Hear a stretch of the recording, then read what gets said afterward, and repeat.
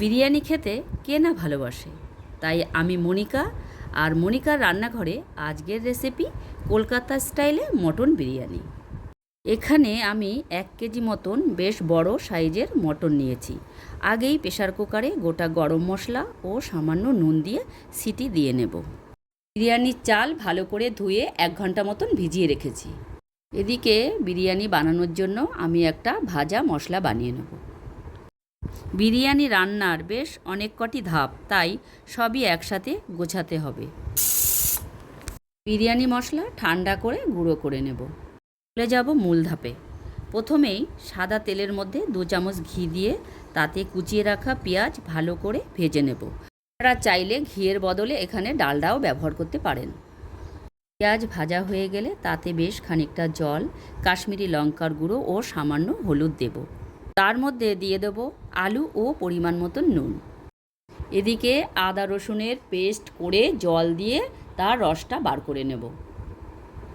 আপনারা চাইলে এখানে আদা রসুনটা বেটেও দিতে পারেন। আর আদা রসুনের রসটা আলুর মধ্যে দিয়ে দেব।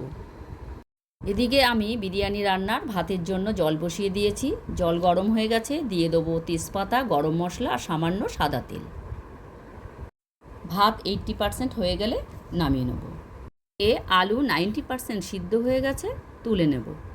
মশলার মধ্যেই দিয়ে দেবো আগে থেকে সিদ্ধ করা মটনগুলো। কিছুটা মটনের তেল আমি আলাদা করে তুলে রাখব। এবার এর মধ্যে দিয়ে দেবো টক দই আর সামান্য দুধ, আর দিয়ে দেবো আমার আগে থেকে বানিয়ে রাখা মশলা, আর দিয়ে দেবো খোয়া ক্ষীর। তেল ছাড়া অবধি ভালো করে কষিয়ে নেব। একটা বাটিতে গোলাপ জল, কেওড়া জল, আতর, কেশর দিয়ে মিশিয়ে রেখে দেব। লেয়ারিং করার পালা। হাঁড়ির তলায় আগে একটা ভাতের লেয়ার করে নেব। তার উপরে দিয়ে দেবো মটন ও আলুগুলো।